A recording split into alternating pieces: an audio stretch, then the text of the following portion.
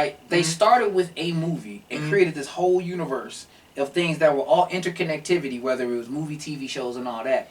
As a metaphor for the world. You know what I'm saying? Everything I mentioned is interconnected, right? Because it's like the hood dude, the hood kid we just talked about whose friend got shot on the way to Starbucks. Yeah, gotcha. Right? You know what I'm saying? With the same bougie person who was talking about that kid. You know what I mean? Right. But they couldn't get the latte because the supply truck couldn't come into the hood because they striking because they came from Canada. Right? And the driver couldn't come in because he's worried about his cousin who's in the Ukraine. Damn. Okay, do y'all realize what this man just did? This dude just made a geopolitical, socio-economic war. What is it? Connection. Who does that in under 20 seconds? Yeah. Yeah. So the Marvel Universe to me is a representation of the world but the thing is, if you're just a Black Panther fan, you don't see the universe. So, yeah. You know what I'm saying? But the thing is, we don't extend sympathy or empathy to people because it's like, well, I can see this, why don't you? It's kind of hard when your man just got shot. You know what I'm saying? Let's not even talk about mental health. Oh my God. That's a whole stratosphere in itself. Well, the thing is, we're just now coming to a place in this country where we respect mental health only because of the opiate crisis, which to us ain't nothing but the whitewashed, pun intended, version of the crack epidemic of the 80s. Because when crack was running the streets, it was the war on drugs. Now it's the opium epidemic, and even with Biden talking about we're having places for people, and it was misused how they did it, but it was like places to safely use drugs. Listen, I'm gonna look right into the camera. I get it. Okay, it's because it's like, okay, they're not gonna stop. Yeah. So let's at least make it so that they can do it and protect themselves. I think they were given needles and different clean utensils. But you did it during Black History Month, bro. The optics are bad, right? Yeah, it's just like. And then, you know, my thing is with marijuana now becoming legalized in different states, how many brothers and sisters are still locked up for marijuana charges from the 80s? Yeah. You know what I'm saying? And the thing is, for those who don't know about independent chemical entrepreneurship, i.e. drug dealing, I like how you worded that. The thing is, crack got more time than cocaine and heroin. Right. Because they knew there was a certain demographic. Right, exactly. So it was marginalization even then. And when you even reworded to call it the opium epidemic versus the drug war, the sleight of hand of words. You know what I'm saying? Yeah. Semantics. Yeah. I don't like that because you know a drug addict is a drug addict. But it's interesting. You know what I'm saying? But it's like, well, the opium problem. It's like, oh. So now it's a societal problem. Yeah. When it affects white people. Right. It's a societal and systemic. Right. You know, versus when it was just us, it's just those bad people. Yeah. You know, and then it goes back to the economic engine. Like, Black people don't grow crack. Right. You know what I'm saying? Black people can't even get dispensaries, let alone grow weed. Yeah. So, to the conspiracy theorist's point, how is it getting here? You know what I'm saying? Right. Who made El Chapo El Chapo? You know what I'm saying? But then when you look at the drugs and the quality of drugs that are used in different neighborhoods, it's even racism in that. Like, I would ask people, how many Black people you know got access to actual heroin? Think about that. Like in its purest form. Its purest, like on some frank white American gangster, just like. It's not happening. It's not happening. Nah. You got to be in a certain economic class to make money to even get that. I mean, to even touch, because to even touch a key, you got to really be, you know what I'm saying? Connected. Right. Even the people who even use that, you know what I'm saying? Like, just regular users of that. Like, so people are like, okay, I don't understand the difference of it. I'll put it to you this way. There's a difference between the Philly cheesesteak steak you get and the Wagyu beef you get at somewhere else. Right. Very different. Right. You know what I'm saying? It's access in different types. Right. But no one has that conversation because now what you're trying to say is Wagyu beef and Philly cheesesteak? Oh, it's all the same meat now. No, it's not. Nah. Man. So, okay, back to the... I know we're jumping around. So what did you learn in pursuit of your PhD? I mean, you are amongst the... Less than 2% total population, less than 0.5 of Black. Yeah, you're amongst of a league of extraordinary people. An academic elite, if you will. How does all that make you feel? What was like that grind to get there? What was that like? Like, put us in your head. Humbling. In a sense that a PhD teaches you what you do not know.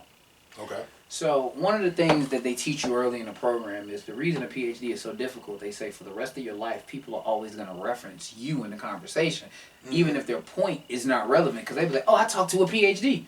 My PhD ain't got nothing to do with medicine." You know what I'm saying? So we got to make sure that you as a person are a subject matter expert, really in something this small.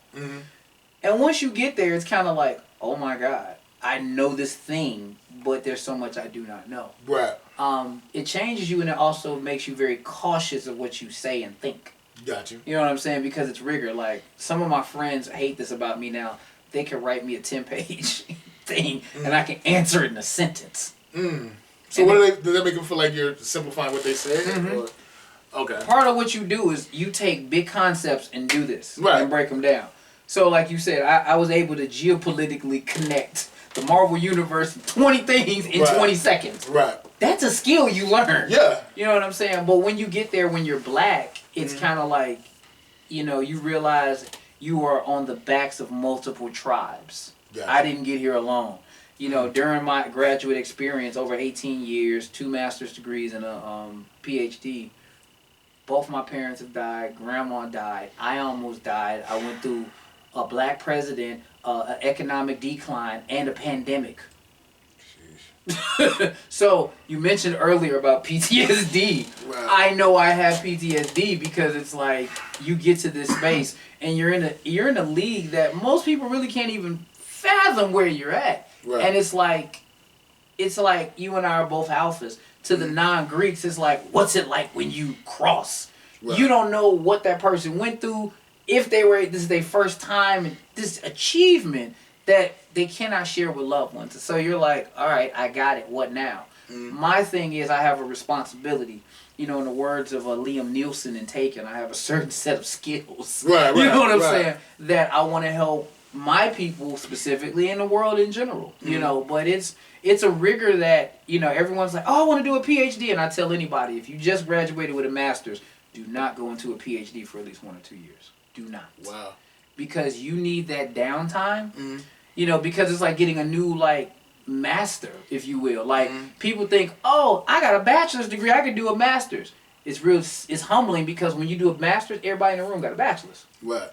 When you do a PhD, everybody in the room got a master's. So it's kind of like, your degree kind of don't mean nothing. It's a ritualization and initiation level.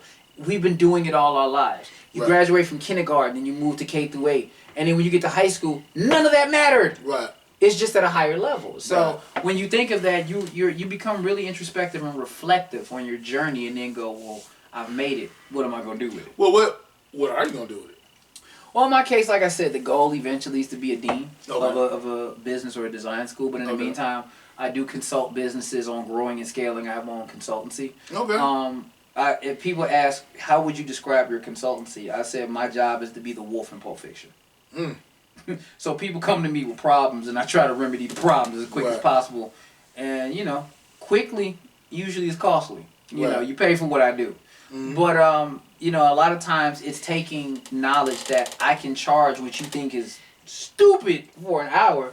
That's 20-some years of experience to figure that out. Like, you know, I compare it to a plumber comes into your house and your toilet doesn't work. And the plumber comes in and does bow, and drops a $250 bill. And you was like, you just put a screw on, that's $250. Right. But you paying for 20-some odd years knowledge to know I need to put that screw on there. Right. So that's the goal with it. Okay. So any books in the near future? Me and a colleague of mine who she recently defended her doctorate, we're working on a book on the Black PhD experience. Okay. That's what's up.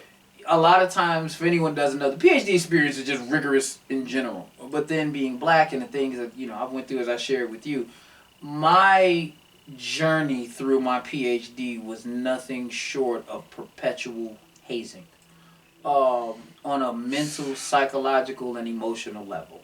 And that's not just counting life. And you get a lot of people that suicide rates of PhD students are pretty high. Really?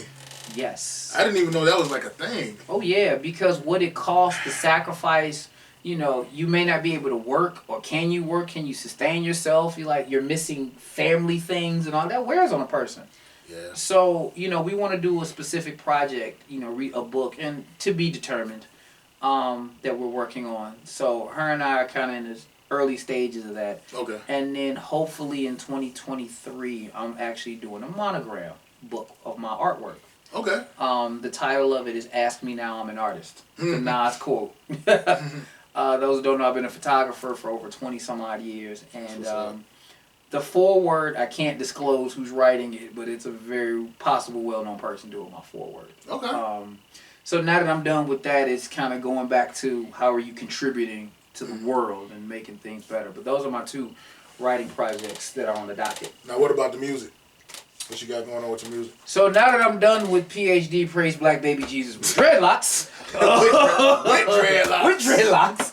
I just started working on a new project. The name of it is God Given. It is slated for a fourth quarter release. I just created the single recently. The name of it's called Brag Different. It's fly. Okay. It's on Spotify and all that now? Or? It won't be yet, but for those who want to hear some of my music, look up Nizm, nizm.bandcamp.com. I've done a lot of music over the years.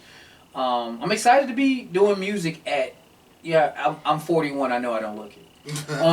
But now doing this grown rap is kind of dope. You know what I'm saying? Right. Because like we talked about the drill. My thing is that's not my cup of tea. You know, rap is now moved into the Frankie Beverly and Maze era now, where you got tiers. You know what I'm saying? Like Frankie Beverly's crowd ain't listening to Chris Brown or Tory Lanez. Right. You know what I'm saying? So like we can do, you know, music for us. You know, I don't not drill because it's like, yo, that's what the kids get off to. You know what I'm saying? But we weren't no different coming up listening to like Artifacts, you know, and all that back when we were their age. So you know, my music is grown man hip hop. You know, but it isn't necessarily all like bragging and bills. It's talking about relatively real stuff. Gotcha. And I guess that's the thing with I feel like in the 90s, there was more of like a smorgasbord with hip hop. Like I could listen to the radio, I'd hear Fugees, then I'd hear Tupac, then I'd hear Wu-Tang. But now I feel like everything is a derivative of a derivative. Yeah, well, music business has changed. Everybody's trying to make money differently. Right. And diversity isn't valued until you can monetize it. So, great example, like now everyone's looking for the next Tyler, the Creator. Right. You know, Tyler's dope. I rocks with him. Or like 10 years ago when Drake popped up on the scene, everybody wanted the next Drake versus the first. So the thing is, music business is a business. Right. So that's and it compromises the art. That's which is why a lot of artists, you know, we were talking about drill. One of the cool things, unfortunately, of all these deaths is a lot of these artists who have died own their own music. Wow. You know what I'm saying? So like in the case of like Young Dolph, rest in peace, he owned his music. So it's like people were like, yo, go buy the album. So that supports his family. You know what I'm saying? Same with Nip, God bless the dead. You know what I'm saying? Nip owned and he talked about ownership. Right. You know what I'm saying? So everything is business. You know, even with art. Like, I love the art, but like, own your business. You know what I'm saying? That's the reason why I manage my nephew. It's just like I'm taking care of his business. Like, yo, that's what's up. Anything happen, you know what I'm saying? Family taken care of. You know what I'm saying? So, but yeah, musically, I'm excited, man, to be back in the booth. It's different being older. Like, I grew up in a time where it was just like backpacks, knapsacks, ciphers. It's like, how do you translate that to the 41-year-old man now? Which is, it's a struggle, but it's a fun struggle. Like, you know, I wrote my first 2 songs on a plane. Because I travel so much. You know what I'm saying? Like, not a PJ, just regular plane. But you just think like, because you say that, it's like, oh, okay, he must be one. Nah, it's coming though. One day it's coming. It's you know. coming. But it's just like you think about writing on a plane versus as a shorty in Chicago with your little rhyme book writing on CTA. Like now you type it on an iPad on Evernote.